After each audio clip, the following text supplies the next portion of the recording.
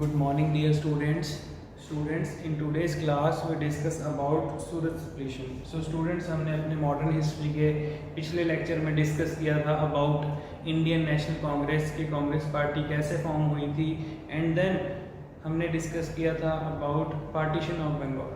तो स्टूडेंट्स, मैंने आपको डिटेल में बताया था कि बंगाल की पार्टीशन क्यों हुई थी, उसके क्या कारण थे, ठीक है. और जो उस टाइम पे वाइस रॉय था लॉर्ड कर्जन, उसने क्या कारण दिए कि पार्टीशन ऑफ बंगाल क्यों हो रही है. तो ये चीज़ें आपने पिछले लेक्चर में समझी थी स्टूडेंट्स.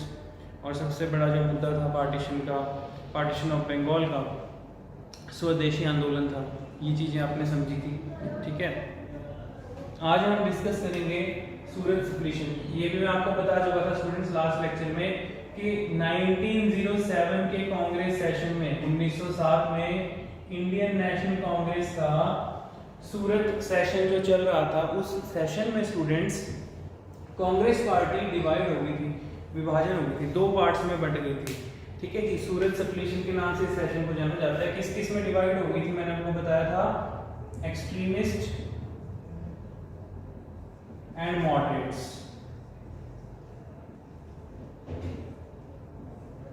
एक्सट्रीमिस्ट लीडर्स और मॉडरेट लीडर्स कांग्रेस पार्टी के.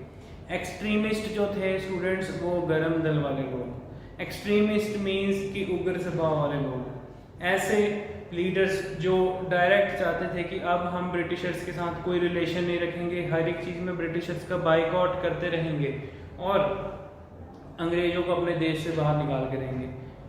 मॉडरेट लीडर कौन थे, जो समझते थे कि ब्रिटिशर्स की सुप्रीमेसी जो है वो देश में बनी रहनी चाहिए, ठीक है. बिकॉज ब्रिटिशर्स को उनके साथ लड़ना, उनको हराना इतना इजी नहीं है, क्योंकि ब्रिटिशर्स ने पूरी दुनिया पे कब्जा कर रखा था. ब्रिटिशर्स का रूल पूरे वर्ल्ड में था.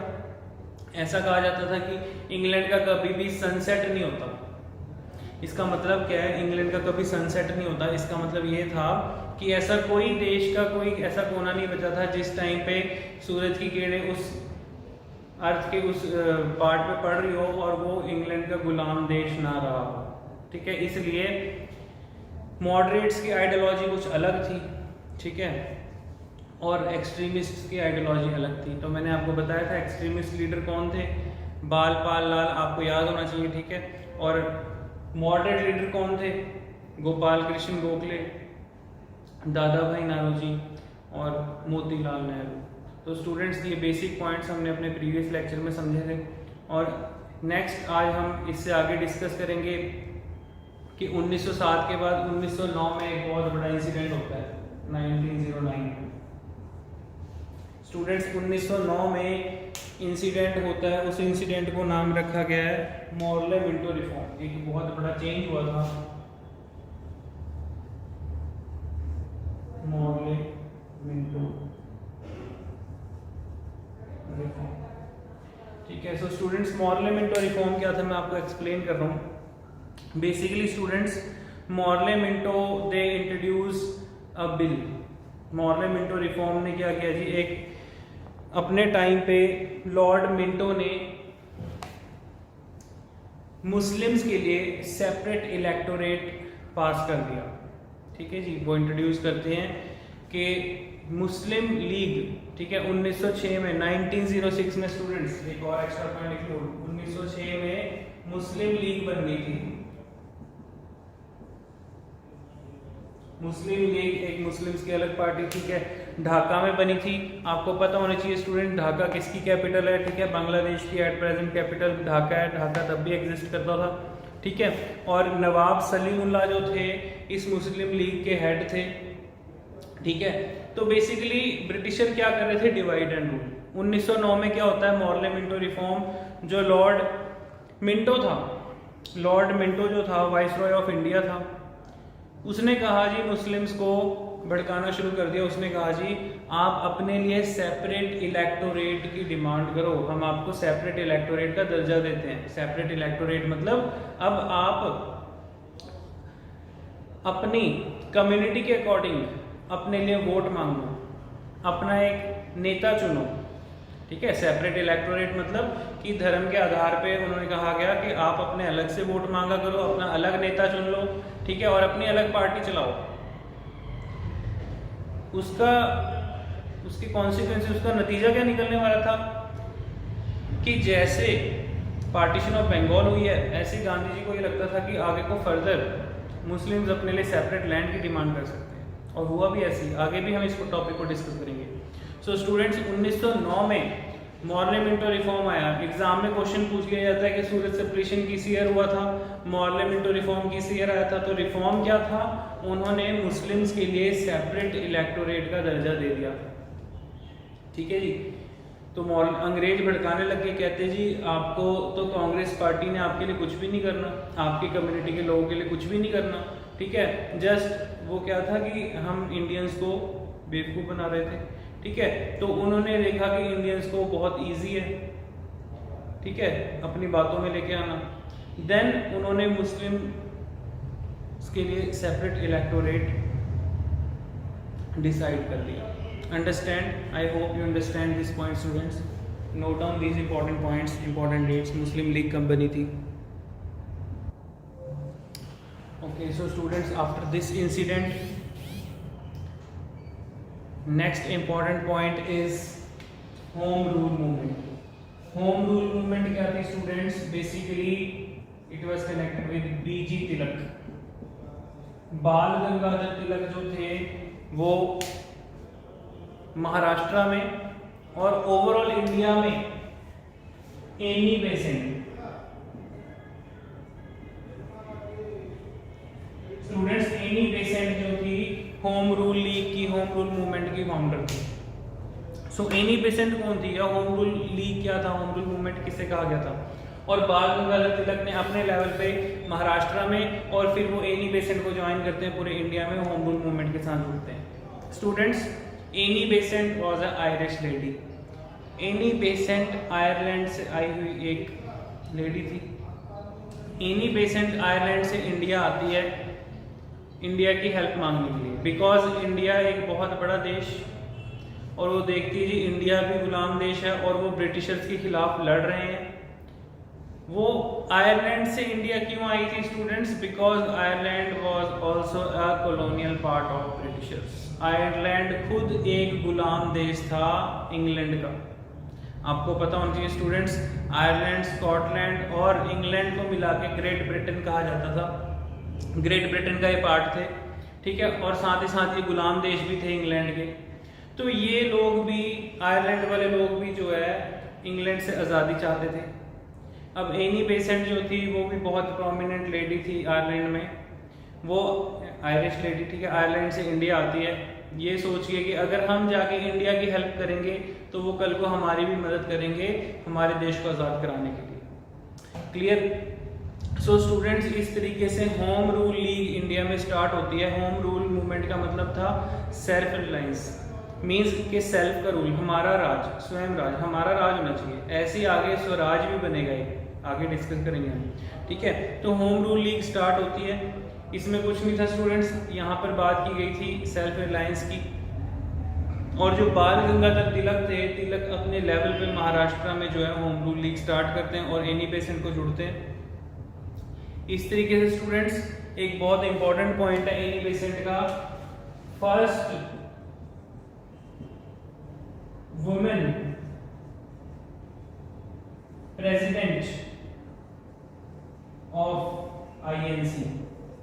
ये क्वेश्चन एग्जाम में पूछा गया कि इंडियन नेशनल कांग्रेस की पहली महिला, फर्स्ट वुमेन प्रेसिडेंट कौन थी? Answer is Annie Besant.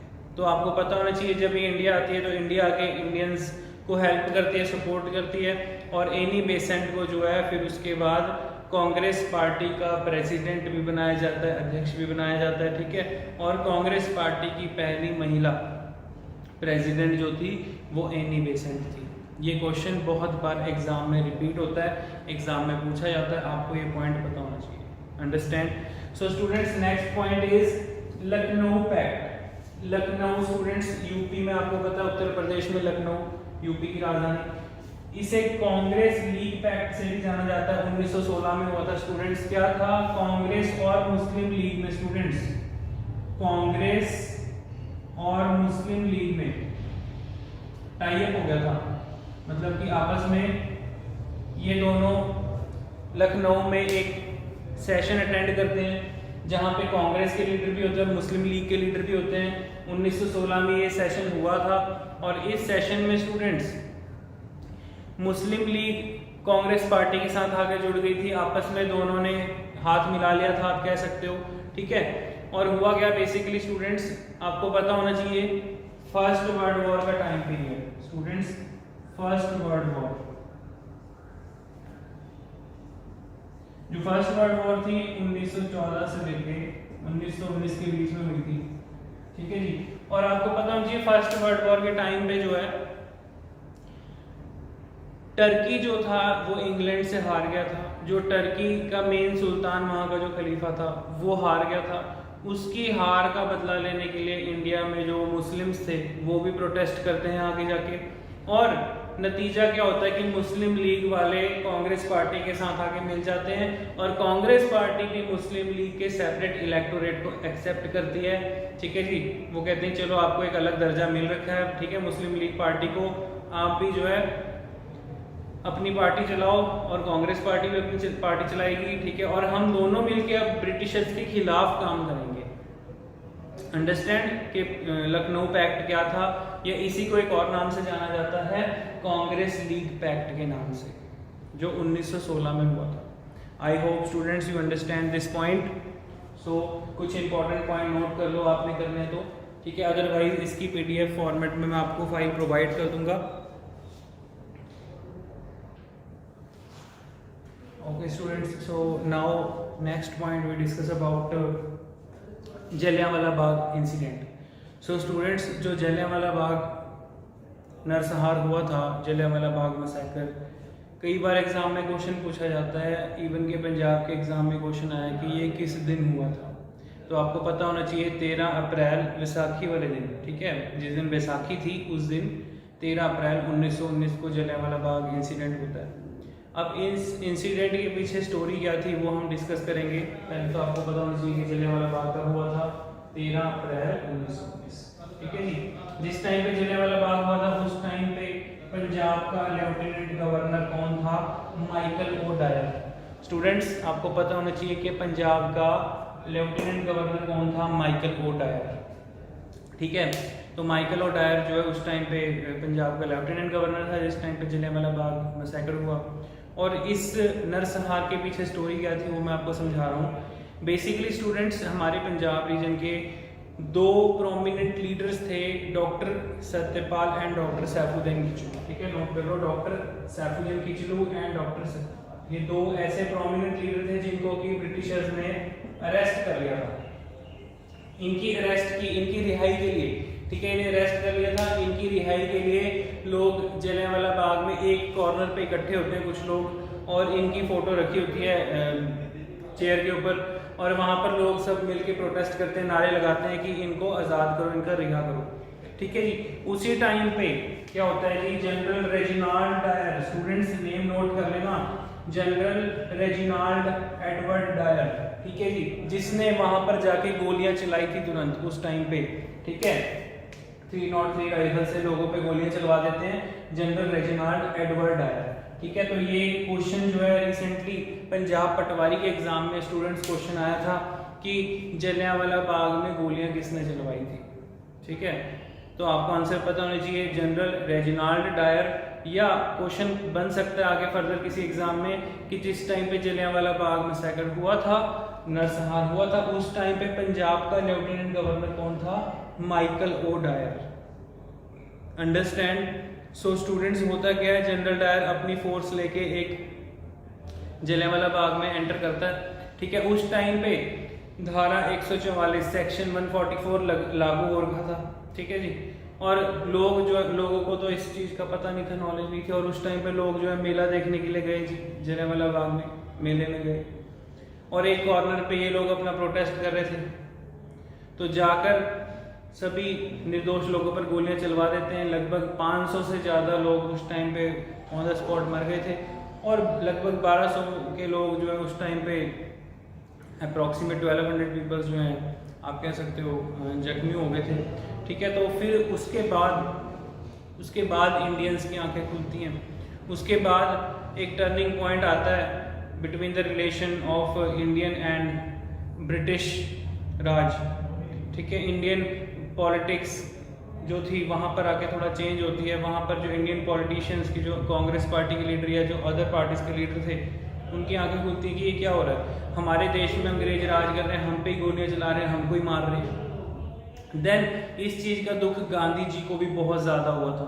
Gandhi ji को इतना दुख हुआ था इस चीज़ का कि उसके बाद जो है गांधी जी 1919 में ही रॉल्ट एक्ट सत्याग्रह भी करते हैं। अभी हम वो डिस्कस करेंगे रॉल्ट एक्ट क्या था, ठीक है। उससे पहले मैं आपको थोड़ा सा बता दूं, जलियांवाला बाग का एक इंपॉर्टेंट पॉइंट आप नोट कर लो। जनरल रेजिनाल्ड एडवर्ड डायर जो था, जिसने उस टाइम पे गोलियां चलाई थी, ठीक है जी। कौन से दो हमारे प्रोमिनेंट लीडर थे, doctor Satyapal Kitchlew and doctor Saifuddin Kitchlew and doctor Satyapal, ठीक है। ये इंपॉर्टेंट पॉइंट्स हैं, डेट्स नोट कर लो।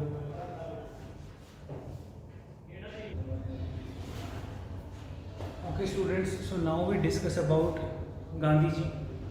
महात्मा गांधी जी स्टूडेंट्स इंडिया आए थे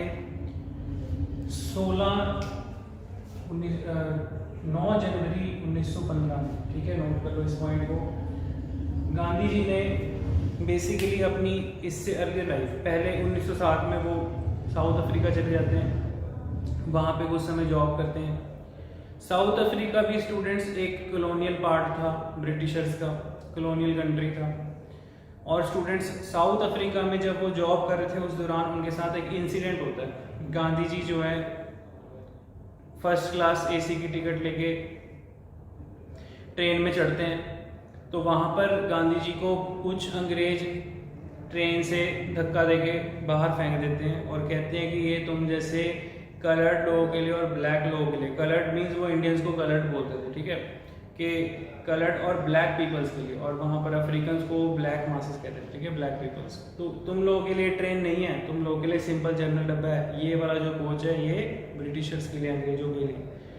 तो इस चीज़ का गांधी जी को बहुत दुख हुआ, उनके साथ इतना डिस्क्रिमिनेशन होता है, भेदभाव होता है वहाँ पे। तो इसके खिलाफ गांधी जी ने वहाँ पर एक साउथ अफ्रीका में केस भी जीता था रेशियल डिस्क्रिमिनेशन के खिलाफ, ठीक है। जब वो केस जीत के वापस भारत आते हैं 9 जनवरी 1915 में, ठीक है जी। इसको students government of India as a Pravasi Bharatiya दिवस भी सेलिब्रेट करती है, हर 2 साल बाद इसको सेलिब्रेट करते हैं।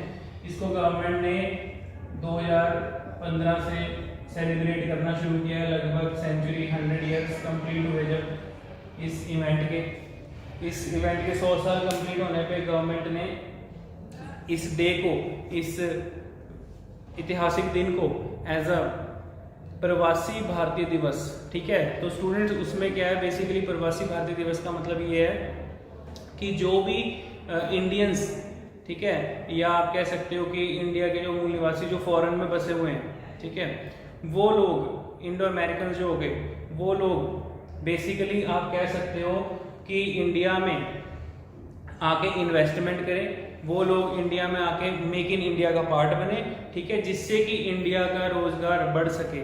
इसलिए स्टूडेंट्स गवर्नमेंट ने ये इनिशिएटिव स्टार्ट किया था इसके 100 सालों में। तो गांधी जी जो है इंडिया आए थे 9 जनवरी 1915 में, आपको पॉइंट पता होना चाहिए, एग्जाम में क्वेश्चन आ सकता है। और स्टूडेंट्स 1917 में गांधी जी ने अपना पहला आंदोलन स्टार्ट किया था, Champaran movement. So students Champaran is a district, ये बिहार में एक डिस्ट्रिक्ट का नेम है, आपको पता होना चाहिए। तो स्टूडेंट्स बेसिकली चंपारण में पीजेंट्स को गांधी जी सपोर्ट करते हैं। चंपारण में होता क्या है, एक इंसिडेंट होता है, वहाँ के किसान, वहाँ के पीजेंट्स अंग्रेजों के खिलाफ धरने पे बैठ गए थे। वहाँ पर पीजेंट्स से जबरदस्ती ब्रिटिशर्स क्या करते थे, नील की खेती करवाते थे। कपड़ों पे करने वाली जो डाई, जो नील होती है, उसकी खेती करवाते थे और इंटरनेशनल मार्केट में बहुत महंगे रेट पे खुद बेचते थे। अब वहाँ पर फोर्सफुली लोगों से जबरदस्ती नील की खेती करवाई जा रही है और बार बार लोगों को कहा जा रहा है कि आप सिर्फ और सिर्फ इंडिगो ही ग्रो करोगे। तो स्टूडेंट्स इस इवेंट को इंडिगो रिवोल्ट भी एक हुआ था, ठीक है, उससे आप जोड़ सकते हो। 3 काठिया मूवमेंट भी नाम दिया गया है, ठीक है। और चंपारण मूवमेंट बहुत फेमस है, गांधी जी से जुड़ा हुआ है, एग्जाम में पूछा जा सकता है कि चंपारण मूवमेंट जो है कब हुई थी, चंपारण मूवमेंट कहाँ पर हुई थी, ठीक है, आपको पता होना चाहिए, डिस्ट्रिक्ट बिहार। और चंपारण मूवमेंट क्यों हुई थी? बिकॉज वहाँ पर ब्रिटिशर्स जो थे, अंग्रेज जो थे, जबरदस्ती इंडिगो की खेती करने के लिए इंडियन पीजेंट्स को प्रेशराइज कर रहे थे, इंडियन फार्मर्स को प्रेशराइज कर रहे थे। तो उस टाइम पे जो वहाँ पर किसान और मजदूर थे वो लोग इसके खिलाफ बैठ जाते हैं। जब गांधी जी को पता चलता है, गांधी जी भी भारत भ्रमण पे निकले होते हैं, ठीक है, देश की जो ग्राउंड आप कह सकते हो कि ग्रास रूट लेवल की जो प्रॉब्लम थी उसको देखते हैं और चंपारण मूवमेंट में पार्टिसिपेट करते हैं और खुद भी बहुत बढ़ चढ़ के हिस्सा लेते हैं इंडियन पीजेंट्स के साथ। नॉट ओनली गांधी जी, बल्कि हमारे देश के जो पहले जो राष्ट्रपति थे डॉक्टर राजेंद्र प्रसाद, हमारे देश के पहले प्रधानमंत्री थे पंडित जवाहरलाल नेहरू, वो भी इस मूवमेंट में गांधी जी को जाके सपोर्ट करते हैं, ठीक है। देन यहाँ पर गांधी जी को जीत हासिल होती है और गांधी जी इस चीज़ के खिलाफ एंड तक लड़ते हैं, गांधी जी को इसमें जीत हासिल होती है और यहाँ पर ये चंपारण मूवमेंट जो है वो सक्सेसफुल रहता है। अंडरस्टैंड? क्लियर है स्टूडेंट्स? ये चंपारण मूवमेंट क्या था? नेक्स्ट स्टूडेंट्स इवेंट था 1918 में अहमदाबाद एंड खेड़ा। स्टूडेंट्स अहमदाबाद और खेड़ा दोनों ही गुजरात में है, ठीक है, प्लेसेस।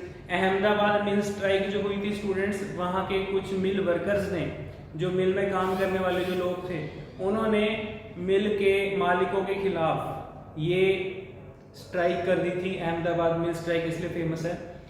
और वो लोग हंगर स्ट्राइक पे बैठ गए थे, गांधी जी भी जाके उनको सपोर्ट करते हैं। उनकी कुछ डिमांड्स थी स्टूडेंट्स, वर्कर्स की, पीजेंट्स की, वहाँ पर डिमांड थी लोगों की कि हमसे जो है मिनिमम 8 घंटे काम लेना चाहिए और हमारा जो वेज है वो इंक्रीज करना चाहिए, ठीक है, तनख्वाह बढ़ानी चाहिए। तो इस तरीके से उनकी जो डिमांड थी वो गांधी जी जाकर उनको सपोर्ट करते हैं अहमदाबाद मिल स्ट्राइक में। और स्टूडेंट्स खेड़ा भी प्लेस गुजरात में है। खेड़ा में क्या इशू हुआ था? यहाँ पर नॉन टैक्स कैंपेन चलाया था। मतलब कि खेड़ा में स्टूडेंट्स किसानों की अच्छी फसल नहीं होगी। जब किसानों ने जो है लगान पे करना होता था, टैक्स पे करना होता था अंग्रेजों को, लेकिन कई लंबे समय से आप कह सकते हो अच्छी बारिश नहीं हुई, जिसके कारण अच्छी फसल नहीं हुई और किसान जो है वो टैक्स नहीं पे कर सकते थे। इसलिए गांधी जी वहाँ पर नॉन टैक्स कैंपेन चलाते हैं कि कोई भी किसान जो है वो किसी टाइप का टैक्स नहीं पे करेगा, किसी टाइप का लगान पे नहीं करेगा, ठीक है। जैसे स्टूडेंट्स आपने लगान मूवी देखी होगी, उसमें दिखाया था कि लोगों को जो है, अंग्रेजों को कई सारा अनाज जो है वो लगान पे करना पड़ता था। तो अगर अच्छी फसल ही नहीं हुई तो लोग लगान कहाँ से देंगे, ठीक है। तो इसलिए गांधी जी ने खेड़ा में भी लोगों को, फार्मर्स को, पीजेंट्स को सपोर्ट किया, ठीक है, और वहां पर भी उनको जीत हासिल होती है। देन स्टूडेंट्स 1919 का इवेंट अभी हमने डिस्कस किया था। स्टूडेंट्स 1919 में बहुत बड़ी घटना हुई थी, जलियांवाला बाग मैसेकर हुआ था। तो स्टूडेंट्स उस घटना के बाद गांधी जी को झंझोड़ के रख दिया, बहुत दुख हुआ और अंग्रेजों ने एक एक्ट पास कर दिया, रॉल्ट एक्ट। ये जो रॉल्ट एक्ट था स्टूडेंट्स, मैं आपको समझा रहा हूँ, डिटेल में समझ लो।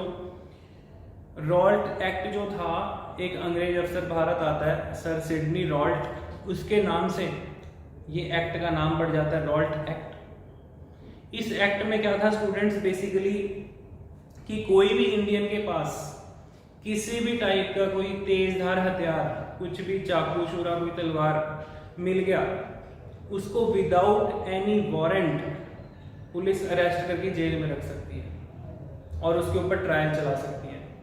मतलब कि बिना वारंट के पुलिस जो है किसी को भी अरेस्ट कर सकती थी। ये एक खुला, आप कह सकते हो, पुलिस के पास इतनी बड़ी पावर आ गई थी। तो स्टूडेंट्स होता क्या है, इस एक्ट के माध्यम से अंग्रेज जो चाहते हैं वो क्या करना चाहते हैं, बेसिकली जो कोई भी पर्सन अंग्रेजों के खिलाफ आवाज उठाएगा, जो कोई भी पर्सन अंग्रेजों के खिलाफ कोई भी पैम्फलेट, कोई भी न्यूज़पेपर में खबरें ऐसी प्रिंट करेगा, उसके खिलाफ अंग्रेज डायरेक्ट एक्शन ले सके। तो ऐसा उन्होंने काला कानून बना दिया था इंडियंस के लिए। तो इस रॉल्ट एक्ट के खिलाफ गांधी जी ने रॉल्ट एक्ट सत्याग्रह शुरू किया था students. Understand? Are you getting my point? Students नोट कर लो, देखो इंपॉर्टेंट पॉइंट्स है जो गांधी जी से जुड़े इवेंट्स हैं।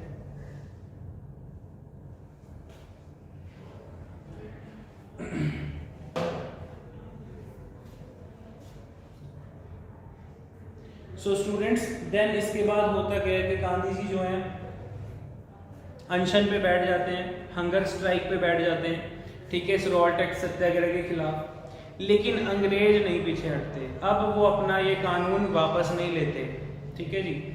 देन फिर उसके बाद गांधी जी कहते हैं कि हमें अब अंग्रेजों के साथ कोई भी रिलेशन नहीं रखना चाहिए, हमें अंग्रेजों का हर एक चीज़ में बाइकआउट करना चाहिए, हमें स्वदेशी पर आना चाहिए। स्टूडेंट्स, आपको याद होगा हमने प्रीवियस लेक्चर में डिस्कस किया था स्वदेशी के बारे में कि कैसे पार्टीशन ऑफ बंगाल कारण बना था स्वदेशी का, ठीक है। वहाँ पे स्वदेशी आंदोलन चल रहा था बंगाल में, जिसके कारण अंग्रेज डर गए थे। तो सेम गांधी जी ने कहा कि जी हमें जो है स्वदेशी अडॉप्ट करना चाहिए और हर एक चीज में ब्रिटिशर्स का बाइकआउट करना चाहिए। अंडरस्टैंड? तो इस इवेंट के बाद 1920 में स्टूडेंट्स 1920 में नॉन कोऑपरेशन मूवमेंट स्टार्ट हुआ था। नॉन कोऑपरेशन मूवमेंट, असहयोग आंदोलन, ना मिलवर्तन आंदोलन, ठीक है, इसके कई नाम हैं। असहयोग आंदोलन का मतलब है, नॉन कोऑपरेशन मूवमेंट का मतलब है स्टूडेंट्स कि हमने अब ब्रिटिशर्स को, अंग्रेजों को किसी भी चीज में सपोर्ट नहीं करना। ये था नॉन कोऑपरेशन मूवमेंट। समझ गए बात स्टूडेंट्स? तो स्टूडेंट्स, ये कुछ इंपॉर्टेंट इवेंट्स थे जो आज हमने डिस्कस किए। नेक्स्ट क्लास में फर्दर हम आगे नॉन कोऑपरेशन मूवमेंट को डिटेल में डिस्कस करेंगे, ठीक है जी। तो आज हमने सूरज सप्लीशन देखा, मॉर्ले मिंटो रिफॉर्म समझा क्या था, ठीक है, एंड लखनऊ पैक्ट के बारे में डिस्कस किया, होम रूल लीग के बारे में डिस्कस किया और जलियांवाला बाग मैसेकर के बारे में डिस्कस किया। तो स्टूडेंट्स, ये सारे इंपॉर्टेंट इवेंट्स हैं जो किसी ना किसी एग्जाम में पहले भी पूछे जा चुके हैं, आपके रेलवे के एग्जाम में, एसएससी के एग्जाम में, और बहुत बार स्टेट्स के जितने भी पेपर होते हैं, जो भी आपका स्टेट एग्जाम होता है उसमें भी ये क्वेश्चन मैंने अभी आपको बताया कि कैसे कैसे पूछे गए थे, और आगे भी फर्दर ऐसे क्वेश्चन एग्जाम में पूछे जाएंगे स्टूडेंट्स इस मॉडर्न हिस्ट्री में से। तो आपने ये इंपॉर्टेंट पॉइंट्स नोट करने हैं, ठीक है, वीडियो को बार बार देखना है, और इसकी जो मैं आपको PDF फाइल प्रोवाइड कर दूंगा बाद में, ठीक है students? Okay students, good bye, take care, now we wind up our session.